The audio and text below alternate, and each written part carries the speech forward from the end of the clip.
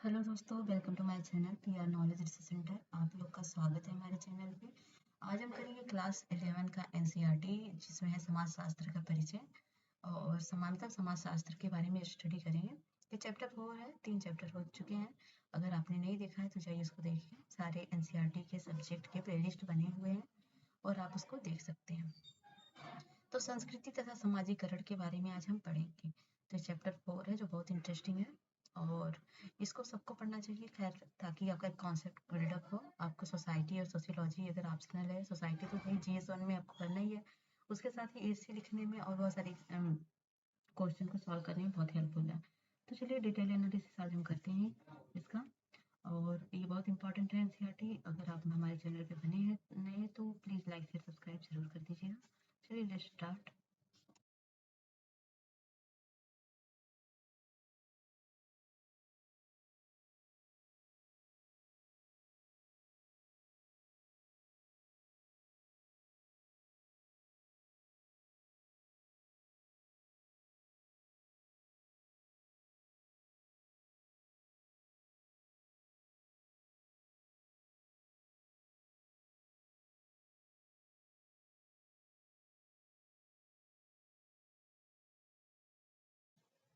तो आज हम पढ़ेंगे संस्कृति तथा समाजीकरण के बारे में। तो परिचय में पढ़ लेते हैं। पहले समाज की तरह संस्कृति शब्द को भी बार बार तथा कभी कभी अस्पष्ट ढंग से प्रयोग किया जाता है। इस अध्याय में इसे स्पष्ट रूप से परिभाषित करने तथा इसके विभिन्न पक्षों का मूल्यांकन करने का प्रयास किया गया है। रोजमर्रा की बातों में संस्कृति कला तथा तक सीमित है।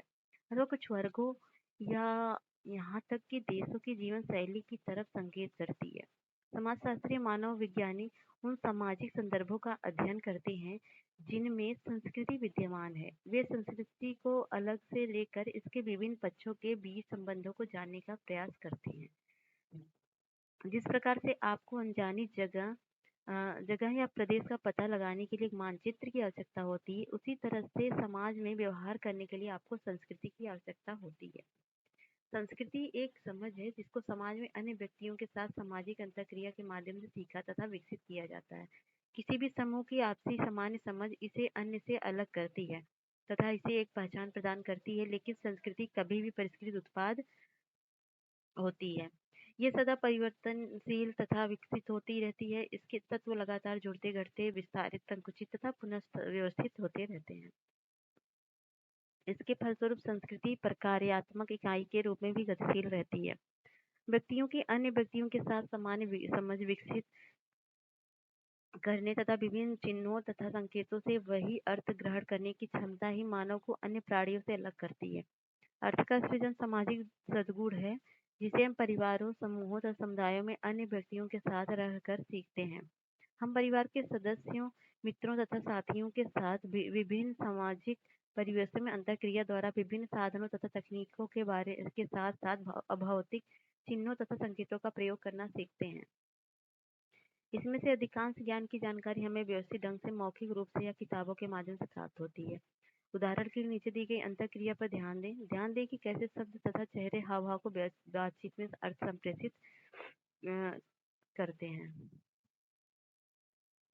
तो इस सीखने की प्रक्रिया में से हमें समाज में अपनी भूमिका तथा उत्तरदायित्व को पूरा करने में सहायता मिलती है। आप पहले ही परिस्थिति एवं भूमिकाओं के बारे में जान चुके हैं। परिवार में हमें प्रारंभिक समाजीकरण को सीखते हैं, जबकि स्कूल तथा संस्थाओं में द्वितीय समाजीकरण होता है। प्रारंभिक परिवार में, द्वितीय स्कूल में। इस बारे में हम इस अध्याय में चर्चा करेंगे। विविध परिवेश, विभिन्न संस्कृतियाँ।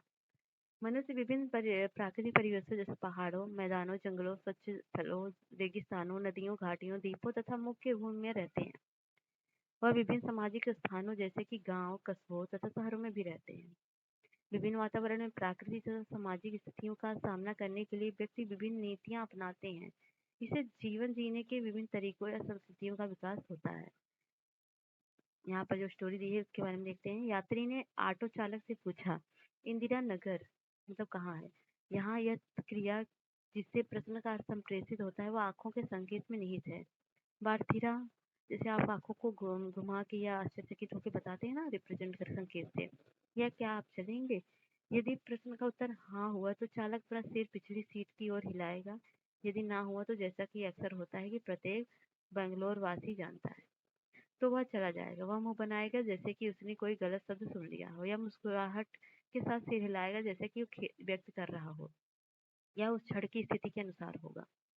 ये देखेंगे चित्र आप विभिन्न संस्कृतियों का। ठीक है।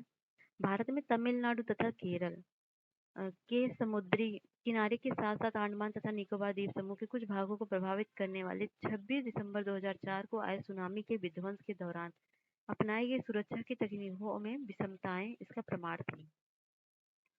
मुख्य भूमि तथा द्वीपों के लोग अपेक्षाकृत आधुनिक जीवन शैली अपना रहे हैं।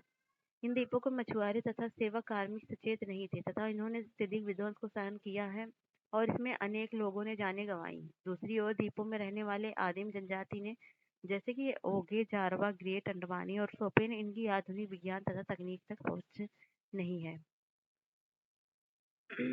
ठीक है। अपनी अनुभवी जानकारी के आधार पर आपदा का पूर्वानुमान लगा लिया तथा ऊंचाई वाले स्थानों में जाकर अपना बचाव कर लिया। इससे पता चलता है कि आधुनिक विज्ञान तथा तकनीकी तक पहुंच होने से आधुनिक संस्कृति द्वीपों में रहने वाले वाड़ी जनजाति की संस्कृति से बेहतर नहीं हो जाती। अतः संस्कृतियों को श्रेणीबद्ध नहीं किया जा सकता, परंतु प्रकृति द्वारा आरोपित दबावों का सामना करने की इनकी अपर्याप्त योग्यता के आधार पर इन्हें जांचा जरूर जा सकता है। संस्कृति की परिभाषा। सामान्यतः संस्कृति शब्द का प्रयोग शास्त्रीय संगीत, नृत्य, चित्रकला में परिष्कृत रुचि का ज्ञान प्राप्त करने के संदर्भ में किया जाता है। यह परिष्कृत रुचि लोगों को असांस्कृतिक काम व्यक्तियों से अलग करने के लिए रखी गई थी। जैसा कि आजकल हम देखते हैं कि हम स्वयं चाय के स्थान पर कॉफी को प्राथमिकता देते हैं।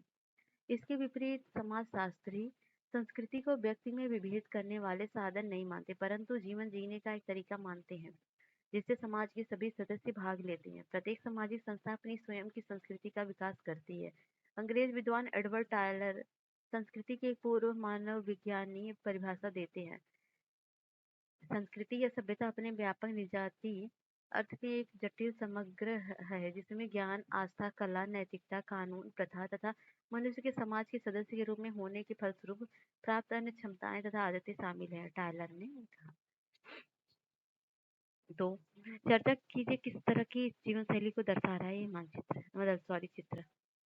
मानव विज्ञान के प्रकार्यात्मक स्कूल के संस्थापक पोलैंड के ब्रोनिस्ला मैलिनोवस्की ने 2 पीढ़ियों के बाद लिखा, संस्कृति में उत्तराधिकार में प्राप्त कलाकृतियां, वस्तुएं, तकनीकी प्रक्रिया, विचार, आदतें तथा मूल्य शामिल हैं।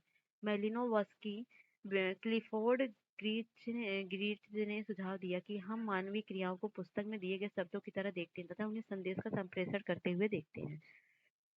मानव एक प्राणी है जो अपने स्वयं के बुने हुए महत्वाकांक्षाओं के जाल में फंसा हुआ है। मैं संस्कृति को यही जाल मानता हूँ। हमारी खोज किसी आकस्मिक व्याख्या के लिए नहीं है, परंतु एक ऐसी व्याख्यात्मक परिभाषा के लिए है जिसका अर्थ निकलता है। ग्रीट्स इसी तरह लेस्ली वाइट ने संस्कृति को वस्तुनिष्ठ वास्तविकता को अर्थ देने वाले साधन के रूप में तुलनात्मक महत्व दिया है। इसके लिए उन्होंने किसी स्रोत विशेष के पानी को लोगों द्वारा पवित्र माने जाने का उदाहरण दिया। क्या आपने मैलिनोवस्की की परिभाषा में कोई ऐसी चीज देखी जो टायलर की परिभाषा में नहीं है? कला के अतिरिक्त टायलर द्वारा सूचीबद्ध की गई सभी वस्तुएं अभौतिक है। इसका कारण यह है कि टायलर ने स्वयं कभी भी भौतिक संस्कृति पर ध्यान नहीं दिया। वास्तव में संग्रहालय के अध्यक्ष थे तथा मानव विज्ञान पर उनके अधिकांश लेख विश्व के विभिन्न समाजों की कलाकृतियों तथा औजारों की जांच पड़ताल पर आधारित है, जहाँ की उन्होंने कभी कोई यात्रा नहीं की थी। अब हम संस्कृति के बारे में उनकी परिभाषा को इसके अतिसूक्ष्म तथा अमूर्त आयामों पर आधारित एक प्रयास के रूप में देख सकते हैं, ताकि उनके अध्ययन में शामिल समाजों के बारे में व्यापक समझ प्राप्त की जा सके। मैलिनोवस्की प्रथम विश्व युद्ध के दौरान पश्चिमी प्रशांत महासागर के एक द्वीप पर फंस गए थे। तब उन्होंने इस बात की खोज की कि जिस समाज का आप अध्ययन कर रहे हैं वह वहाँ लंबी अवधि तक रहना कितना मुश्किल है। इसने आगे चलकर क्षेत्रीय कार्य की परंपरा की स्थापना की, जिसके बारे में आप अगले अध्याय में 5 में पढ़ेंगे। मानव विज्ञानी अध्ययनों ने संस्कृति की बहुत परिभाषाओं ने अल्फ्रेड क्रोबर तथा क्लॉयड क्लूखोन को 1952 में एक व्यापक सर्वेक्षण culture a critical review of concepts and definitions के प्रकाशन में मदद की। सर्वेक्षण में दी गई विभिन्न परिभाषाओं के कुछ प्रतिदर्श ऊपर दिए जा रहे हैं। इन परिभाषाओं की तुलना में देखने के लिए करें कि इनमें से कौन सी परिभाषाओं को समझकर आपको सबसे ज्यादा संतोषजनक लगता है। आप शायद सबसे पहले बार बार प्रयुक्त शब्द तरीका सीखना व्यवहार को पाएंगे। हालांकि यदि आप यहाँ ध्यान से देखेंगे तो प्रत्येक शब्द का प्रयोग कैसे किया गया है, तो अर्थों के बदलाव को पाएंगे। पहली परिभाषा मानसिक तरीकों की बात करती है, जबकि दूसरी जीवन के संपूर्ण तरीके की बात करती है। पर दिखा देते हैं आपको। संस्कृति का है सोचने, अनुभव करने तथा विश्वास करने का एक तरीका। ख है लोगों के जीने का संपूर्ण तरीका। ग है व्यवहार का सारांश और घ है सीखा हुआ व्यवहार। और अंगा है सीखी हुई चीजों का एक भंडार है। और अगला है च सामाजिक धरोहर, जो कि व्यक्ति अपने समूह से प्राप्त करता है। बार बार घट रही समस्याओं के लिए मानकीकृत दिशाओं का एवं एक समुच्चय है। व्यवहार के मानकी नियमितीकरण हेतु एक साधन है। तो यहाँ पर घ, अंगा और च को देख सकते हैं। घ क्या है? सीखा हुआ व्यवहार। अंगा सीखी हुई चीजों का भंडार और सामाजिक धरोहर, जो कि व्यक्ति में समूह से प्राप्त करता है।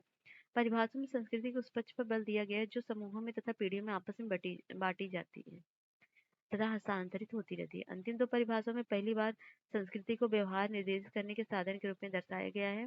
ये देख सकते हैं। संस्कृति शब्द वाले उन वाक्यों की सूची बनाएं जो आपने सुने हो। अपने मित्रों तथा परिवार से संस्कृति का अर्थ पूछिए। संस्कृतियों के बीच के अंतर के लिए उनके मानदंड क्या हैं? संस्कृति के आयाम। संस्कृत के 3 आयाम प्रचलित हैं। संज्ञानात्मक, तो इसका संदर्भ हमारे द्वारा देखे या सुने गए को व्यवहार में लाकर उसे अर्थ प्रदान करने की प्रक्रिया के सीखने से है। अपने मोबाइल फोन की घंटी को पहचानना, किसी नेता के कार्टून की पहचान करना।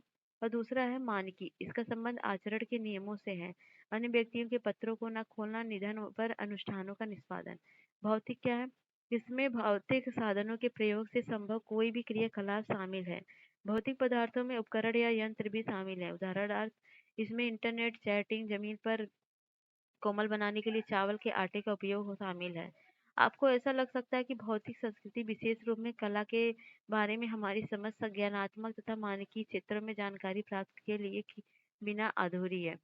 यह सही है कि सामाजिक प्रक्रियाओं के बारे में हमारी विकासशील समझ इन सभी स्रोत क्षेत्रों को जानकारी से बनेगी।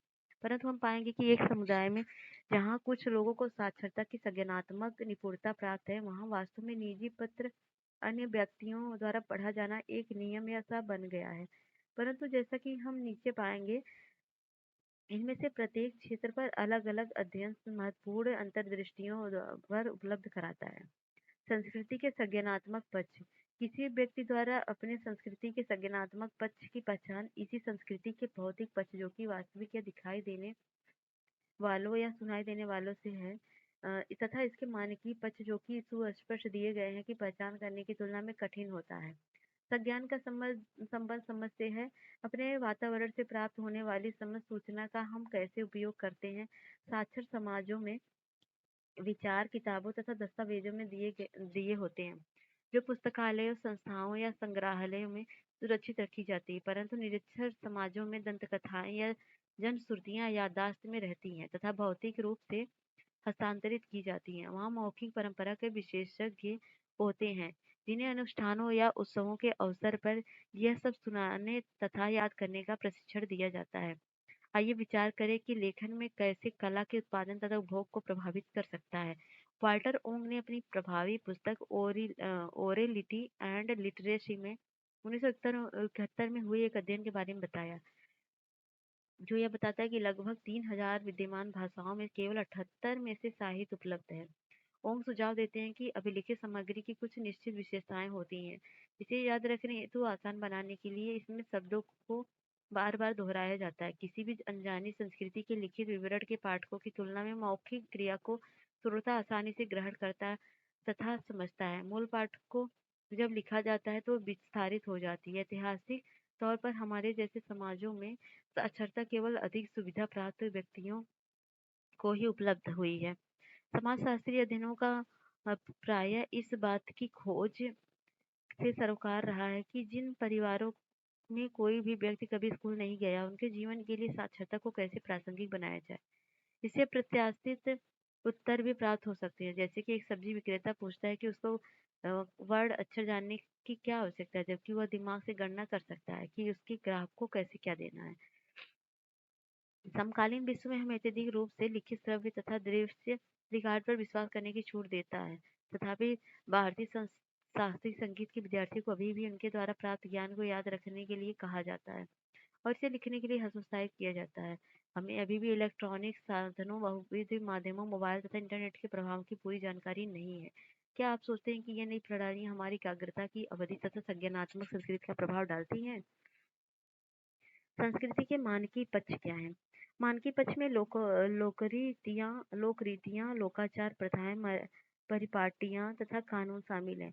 यह मूल्य का नियम है जो विभिन्न संदर्भों में सामाजिक व्यवहार को दिशा निर्देश देते हैं। सामाजिकरण के फलस्वरूप हम प्रायः सामाजिक मानकों के अनुसरण करते हैं क्योंकि हम वैसा करने के आदी होते हैं।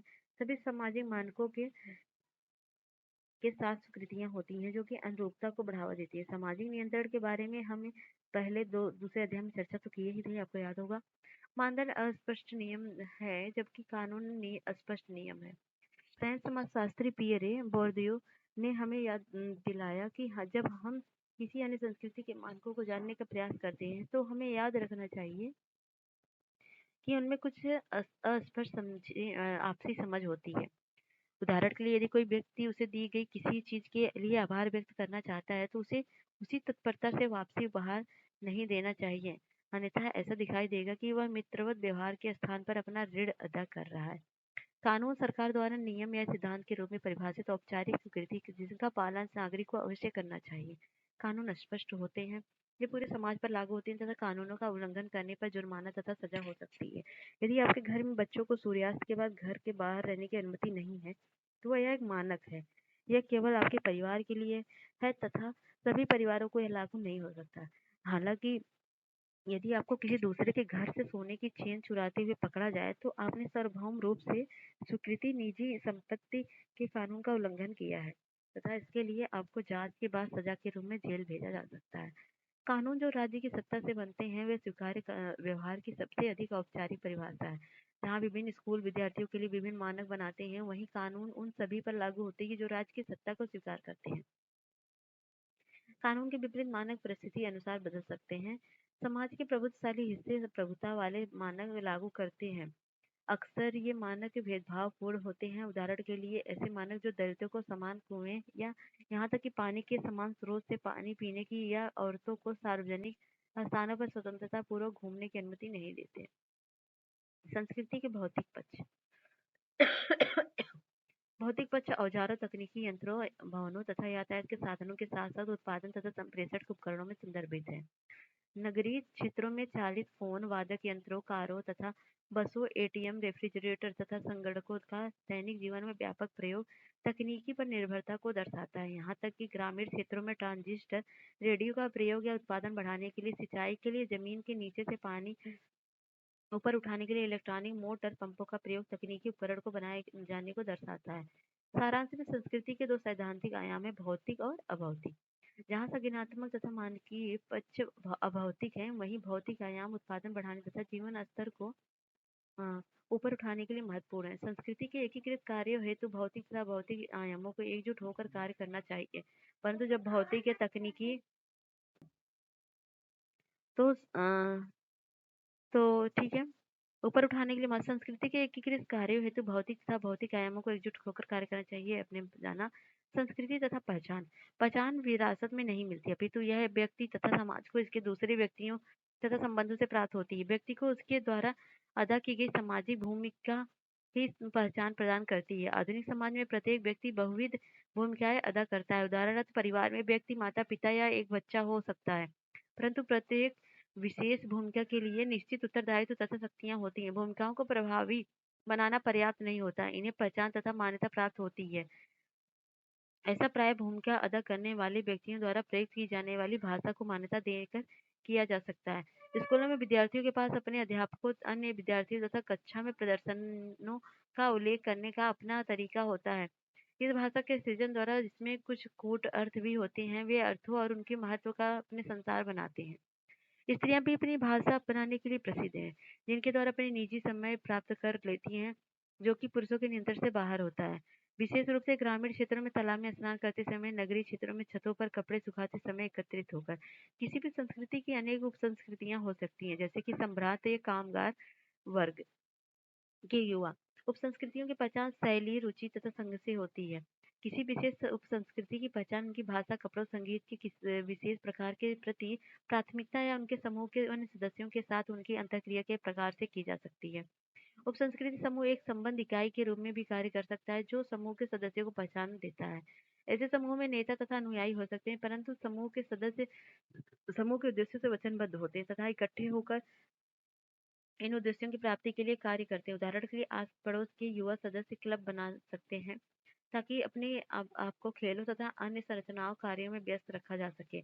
ऐसे कार्यों में सदस्यों की पहचान समाज में सकारात्मक छवि बनती है। इससे सदस्यों को अपनी छवि सकारात्मक बनाने में ही सहायता नहीं मिलती, अभी तो इससे अपने कार्यों और बेहतर ढंग से करने की प्रेरणा में भी मिलती है।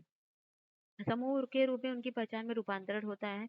समूह में उनको अन्य समूहों से अलग करने में सक्षम और इस तरह आसपास में स्वीकृति तथा मान्यता द्वारा अपनी पहचान बनाता है। निर्जाति केंद्रवाद। जब संस्कृतियां एक दूसरे के संपर्क में आती हैं, तब निर्जाति केंद्रवाद की उत्पत्ति होती है। निर्जाति केंद्रवाद से आशय अपनी संस्कृति मूल्यों का अन्य संस्कृतियों के लोगों के व्यवहार तथा अवस्थाओं का मूल्यांकन करने के लिए प्रयोग करने से है। इसका अर्थ है कि जिन संस्कृतियों के मूल्यों को मानदंड या मानक के रूप में प्रदर्शित किया गया था, उन्हें अन्य संस्कृतियों की आस्थाओं तथा मूल्यों से श्रेष्ठ माना जाता है। हम अध्याय 1 तथा 3 में विशेष रूप से धर्म पर चर्चा में देख चुके हैं कि समाजशास्त्र किस प्रकार से एक अनुभवी शास्त्र है, ना कि मानकी। निजाति केंद्रवाद की तुलनाओं में निहित सांस्कृतिक श्रेष्ठता ही की भावना उपनिवेशवाद की स्थितियों में स्पष्ट दिखाई देती है। थॉमस बाबिंगटोन मैकाले के भारत में ईस्ट इंडिया कंपनी को भेजे गए शिक्षा 1835 के प्रसिद्ध विवरण में निर्जातियों तक का उदाहरण दिया गया है, जब वे कहते हैं कि इसमें एक समय एक ऐसे वर्ग का निर्माण करना भरकर प्रयास करना चाहिए जो हमारे तथा हमारे द्वारा शासित लाखों लोगों के बीच द्विभाषिक का कार्य करे।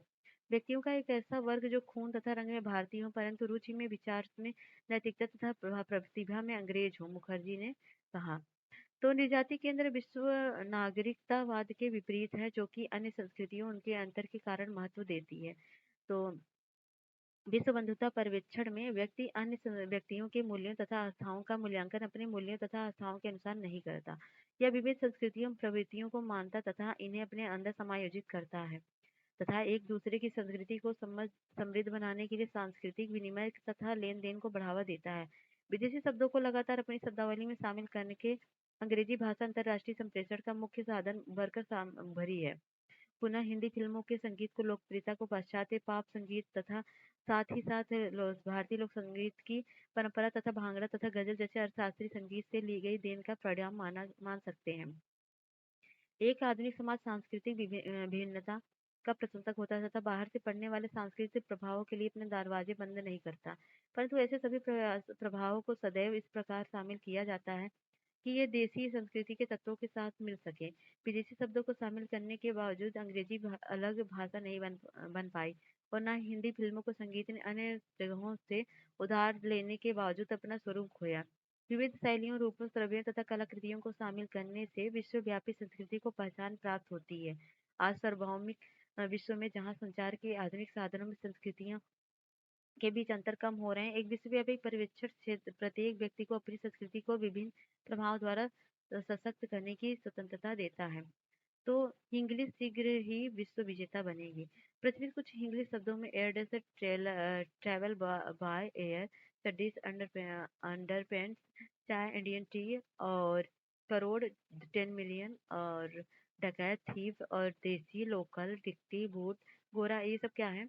ये सब शामिल है। एक एयरपोर्ट के अनुसार इंग्लिश में ऐसे अनेक शब्द वाक्यांश शामिल हैं जिन्हें ब्रिटेन या अमेरिका वासी शायद अपनी आसानी से ना समझ सके। इनमें से कुछ अप्रचलित शब्द हैं, जैसे पक्का है जो राज्य के स्मृति चिन्ह है।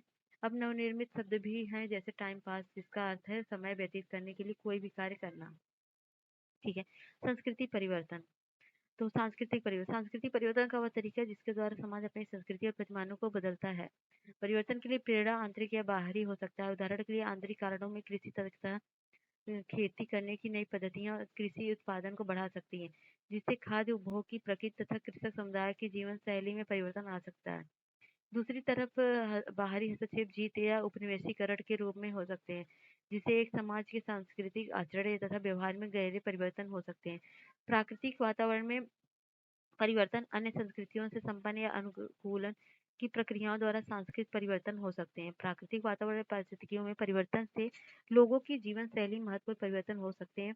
जब जंगलों में रहने वाले समुदायों को जंगलों तक जाने तथा इसकी उपज से कानूनी प्रतिबंधों के कारण जंगलों के समाप्त होने के कारण रोका जाएगा, तो इसके निवासियों तथा उनकी जीवन शैली पर अनेक विपरीत प्रभाव पड़ सकते हैं।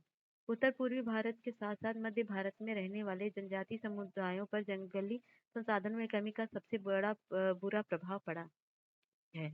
विकासात्मक परिवर्तनों के साथ साथ क्रांतिकारी परिवर्तन भी हो सकते हैं। जब किसी संस्कृति में तीव्रता से बदलाव आता है और इसके मूल्य तथा अर्थकारी व्यवहारों में महत्वपूर्ण परिवर्तन होते हैं, तभी क्रांतिकारी परिवर्तन होते हैं। क्रांतिकारी परिवर्तन की शुरुआत राजनीतिक हस्तक्षेप, तकनीकी खोज या पारिस्थितिकी रूपांतरण के कारण हो सकती है। फ्रांसीसी क्रांति 1789 ने फ्रांसीसी समाज में श्रेणी क्रमता की स्टेट व्यवस्था को नष्ट किया, राजतंत्र को समाप्त किया तथा फिर नागरिकों में समानता, स्वतंत्रता तथा बंधुता के मूल्यों को जागृत किया।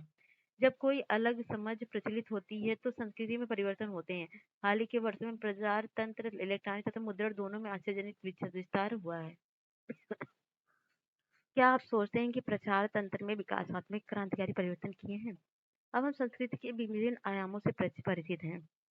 व्यक्ति तथा समाज के बीच की पारंपरिक क्रिया, जिससे हमें अध्याय 1 में शुरुआत की थी, बिंदु पर वापस आने के लिए अब हम समाजीकरण की परिकल्पना की ओर चलते हैं। समाजीकरण क्या है? मेरा विश्वास है कि हमारे चारों तरफ की सभी वस्तुएं संपूर्ण जीवन में शामिल हैं। पौधे, वसु पशु, अतिथि, पर्व, उत्सव, लड़ाइयाँ, मित्रता, साहचर्य, भेदभाव, क्रीड़ा, ये सभी तथा इससे ज्यादा वस्तुएं एक ही स्थान में मेरे घर में उपलब्ध थी। यदि तब कभी कभी जीवन जटिल दिखाई देता था, तो मैं अब समझती हूँ कि यह कितना उत्कृष्ट था। ऐसे बचपन की आभानियों के साथ मैंने कभी भी किसी पीड़ित व्यक्ति को देखा हो, मैं महसूस करती हूँ मैं इनकी संपूर्णता को समझ सकती हूँ। वैदेही ने 1945 में लिखा। जन्म के समय बच्चा, जिसे हम समाज कहते हैं या सामाजिक व्यवहार, उसके बारे में कुछ भी नहीं जानता है। परंतु जैसे जैसे बच्चा बड़ा होता है, वो केवल भौतिक संसार के बारे में ही नहीं सीखता, अपितु अच्छे या बुरे, लड़के लड़की में तात्पर्य क्या है यह भी सीखता है। वह जानता है कि किस प्रकार के व्यवहार की प्रशंसा होगी तथा किस प्रकार के व्यवहार की अनुमति नहीं मिलेगी। समाजीकरण को उसकी प्रक्रिया के रूप में परिभाषित किया जा सकता है। उसके द्वारा असहाय शिशु धीरे धीरे स्वयं जानकारी प्राप्त करता है। वह आत्म जागरूक बनता है, जो संस्कृति के तरीकों के बारे में भली भांति जानता है, जिसमें वह जन्म लेता है। वास्तव में समाजीकरण के बिना एक व्यक्ति मानव की तरह व्यवहार नहीं कर सकता। आप में से अधिकतर मिदनापुर की भेड़िए के बच्चे की कहानी सुनी होगी। सन 1920 में बंगाल में भेड़िए की गुफा में 2 वर्ष की 2 बच्चियां पाई गई। वे पशुओं की तरह चारों पैरों पर चलती थी, कच्चा मांस खाना पसंद करती थी, भेड़ियों की तरह चिल्लाती थी तथा कोई भी भाषा नहीं जानती थी। ऐसी घटनाओं के बारे में जानकारियां विश्व के अन्य भागों में भी प्राप्त हुई हैं। हम अब तक सामाजिकरण तथा नवजात शिशु के बारे में बातें कर रहे थे, परंतु बच्चे का जन्म उनके जीवन को भी बदल देता है, जो जो उसके पालन पोषण के लिए उत्तरदायी है। वे भी नए नए अनुभवों को सीखते हैं। दादा दादी तथा माता पिता अपनाने पर नए नए क्रियाकलापों तथा अनुभवों से गुजरना होता है। बुजुर्ग व्यक्ति दादा दादी बनकर भी माता पिता ही रहते हैं। वास्तव में संबंधों को आगे बढ़ाने वाले संबंध का समुच्चय विभिन्न पीढ़ियों को आपस में जोड़ता है। इसी तरह से युवा बच्चे का जीवन सहोदर, भाई बहन के जन्म से बदल जाता है। समाजीकरण जीवन पर्यंत चलने वाली प्रक्रिया है, लेकिन अत्यधिक महत्वपूर्ण प्रक्रिया आरंभिक वर्षों में घटित होती है, जिसे प्रारंभिक समाजीकरण कहा जाता है। द्वितीयक समाजीकरण एक व्यक्ति के जीवन पर्यंत चलने वाली प्रक्रिया है। हालांकि समाजीकरण का प्रत्येक व्यक्ति पर प्रभाव पड़ता है, परंतु वह संस्कृति कार्यक्रम की तरह से नहीं है, जिसमें शिशु अपने संपर्क में आने वाले लोगों को प्रभाव के बिना किसी विरोध के कारण ग्रहण करता है। नवजात शिशु भी अपनी इच्छा व्यक्त कर सकता है। जब वो भूख लगेगी तो चिल्लाएगा, तब वो तथा तब तक चिल्लाएगा जब तक उसको खाना नहीं मिल जाएगा। उसकी देखभाल करने वाला कोई प्रतिक्रिया, मतलब जैसे कि माँ है, उसके सामने तब तक चिल्लाए जब कोई प्रतिक्रिया ना दे दे। आपने देखा होगा शिशु के जन्म से परिवार की सामान्य दैनिक क्रियाएं किस प्रकार पूर्ण रूप से पुनः व्यवस्थित हो जाती हैं। आपको पहले की परिस्थिति, भूमिका, सामाजिक नियंत्रण और समूह तथा सामाजिक स्तरीकरण की संकल्पना से अवगत कराया जा चुका है। आप यह भी जान चुके हैं कि संस्कृति, मानक तथा मूल्य क्या है। इन सभी संकल्पनाओं में यह जानने में सहायता मिलती है कि सामाजिकरण की प्रक्रिया कैसे चलती है। प्रथम दृष्टि में एक बच्चा परिवार का सदस्य होता है, परंतु वह एक बड़े नातेदार समूह, बिरादरी, खानदान, गोत्र आदि का भी सदस्य होता है। जिसे भाई-बहन तथा माता-पिता के अन्य संबंधी होते हैं। जिस परिवार में बच्चा जन्म लेता है, वह मूल या विस्तृत परिवार हो सकता है। यह एक बड़े समाज जैसे कि एक जनजाति, उपजाति, गोत्र, एक बिरादरी, एक धर्म और भाषाई समूह का सदस्य भी हो सकता है। इन समूहों तथा संस्थाओं की सदस्यता प्रत्येक के सदस्य पर कुछ विशेष व्यवहारिक मानक तथा मूल्य लागू करती है। इन सदस्यताओं के अनुसार कुछ भूमिकाएं भी निभानी होती है, जैसे कि एक पुत्र की, एक पुत्री की, एक पौत्र की, एक विद्यार्थी की। ये बहुविध भूमिकाएं हैं जिन्हें सार्थक निभाया जा सकता है। इन समूहों के मानकों, मनोवृत्तियों, मूल्यों और व्यवहारिक प्रतिमानों को सीखने की प्रक्रिया जीवन के प्रारंभ से ही शुरू होती है तथा जीवन पर चलती है। एक व्यक्ति एक गांव में रहता है या शहर में या किसी जनजाति के संबंधित है। यदि जनजाति से संबंधित है तो किस जनजाति से। इस इन सब के अनुसार एक समाज में विभिन्न जातियों, क्षेत्रों या सामाजिक वर्गों या धार्मिक समूहों से संबंधित विभिन्न परिवारों, मानदंड तथा मूल्य अलग-अलग हो सकते हैं। वास्तव में एक व्यक्ति जो भाषा बोलता है वह उस क्षेत्र पर आधारित होता है जिसमें वह संबंध रखता है। वह भाषा भाषी के मौखिक रूप के नजदीक या मानक लिखित रूप के यह परिवार तथा परिवार की सामाजिक, आर्थिक और सांस्कृतिक पृष्ठभूमि पर निर्भर करता है। समाजीकरण के अभिकरण। बच्चे का समाजीकरण उन अनेक अभिकरणों तथा संस्थाओं द्वारा किया जाता है जिनमें वह भाग लेता है, जैसे परिवार, स्कूल, समकक्ष समूह, अड़ोस पड़ोस, व्यवसायी समूह तथा सामाजिक वर्ग, जाति, क्षेत्र, धर्म आदि। तो एक क्रियाकलाप है, आप करते रहिए।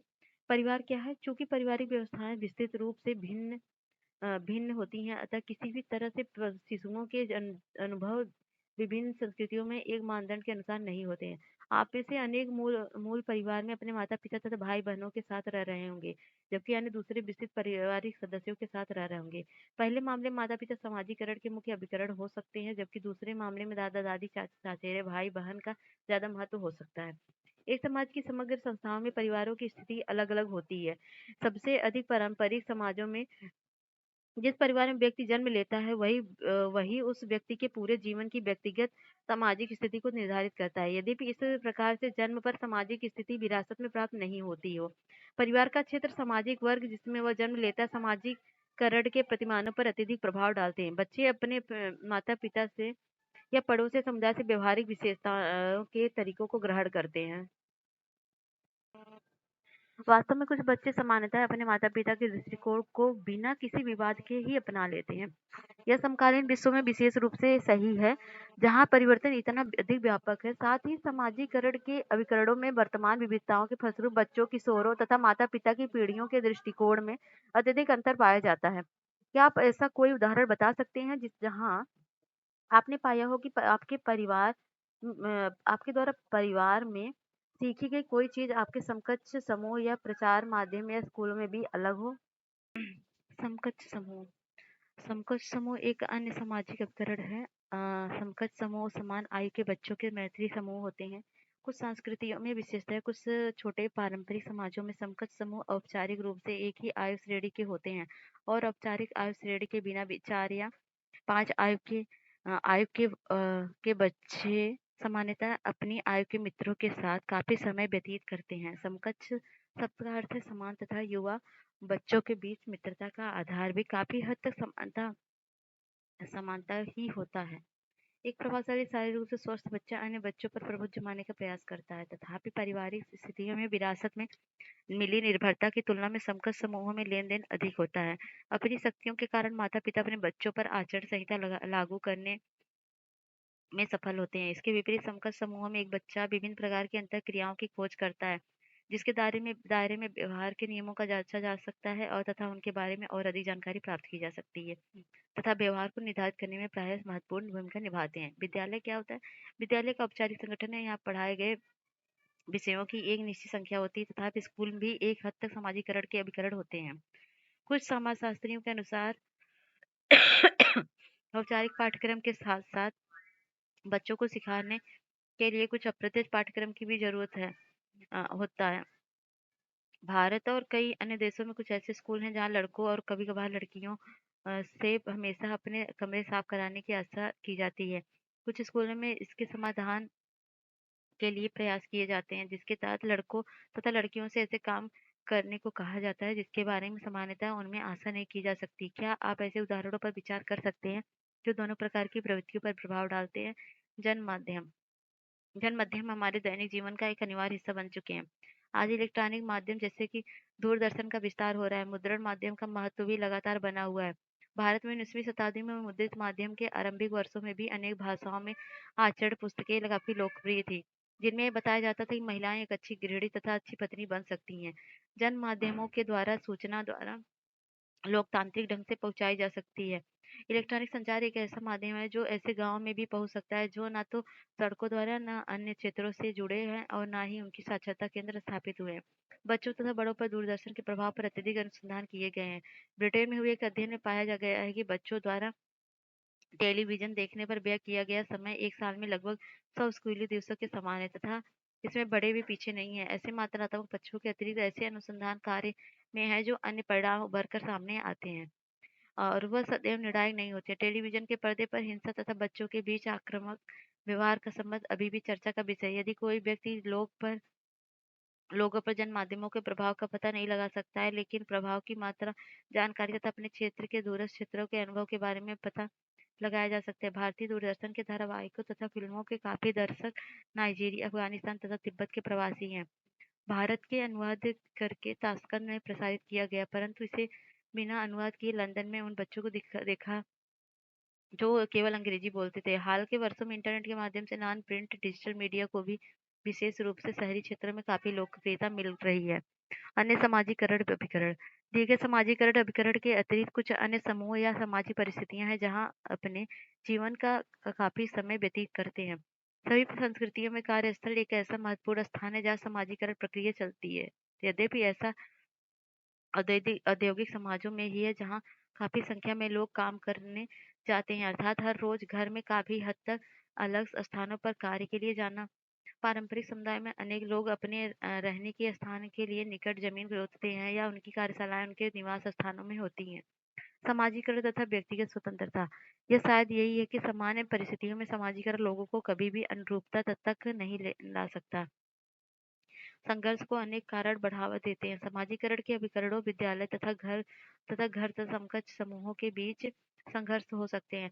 तथापि जिस संस्कृति परिवेश में हम जन्म लेते हैं, जहाँ परिपक्व होते हैं, उसका हमारे व्यवहार पर इतना अधिक प्रभाव पड़ता है कि मानो हमारी किसी भी व्यक्तिगत स्वतंत्रता का इच्छा को छीन लिया गया हो। ऐसा विचार मूलतः गलत है और गलत है। तथ्य यह है कि जन्म से मृत्यु तक हम अन्य व्यक्तियों के साथ अंतःक्रियाओं के द्वारा व्यक्तित्व अपने मूल्यों का व्यवहार को निखारने में संलग्न होते रहते हैं। अतः समाजीकरण भी हमारे व्यक्तित्व तथा स्वतंत्रता के मूल में है। समाजीकरण के दौरान हम में से प्रत्येक में स्वयं की पहचान की भावना तथा स्वतंत्र विचारों का एवं कार्यों के लिए क्षमता विकसित होती है। समाजीकरण का लिंगीकरण कैसे होता है? तो हमें लड़के गालियों का प्रयोग करने अनेक वस्तुओं के लिए करते हैं। एक स्थान की तरह जहाँ खड़े होकर आसपास देखते हैं, दौड़ने तथा खेलने के लिए अपनी मोटरसाइकिलों पर विभिन्न करतब करने के लिए लड़कियों के लिए ऐसा नहीं है। जैसा कि हम हर समय देखते हैं, लड़कियों के लिए गलियां विद्यालय से सीधा घर जाने के लिए होती हैं तथा गली के लिए सीमित गली के सीमित प्रयोग के लिए वे सदा झुंड में जाती हैं, शायद उनके पीछे उनमें मौजूद छेड़खानी का भय हो। तो ये है क्रियाकलाप, इसको आप पढ़ के कर लीजिएगा। शब्दावली है। समाजीकरण विकासवाद वह संस्कृति का एक सिद्धांत है जो यह तर्क देता है कि प्राकृतिक स्पीशीज की तरह ही संस्कृति का विकास भी विभिन्नता तथा प्राकृतिक चयन द्वारा होता है। स्टेट व्यवस्था क्या है? सामंतवादी यूरोप में व्यवसाय के अनुसार श्रेणी प्रदान करने की एक व्यवस्था थी। कुलीनता, पुरोहित वर्ग तथा तृतीय स्टेट, तीन तरह की स्टेट थी। अंतिम स्टेट मुख्यतः व्यवसायियों तथा मध्यम वर्ग के लोगों की थी।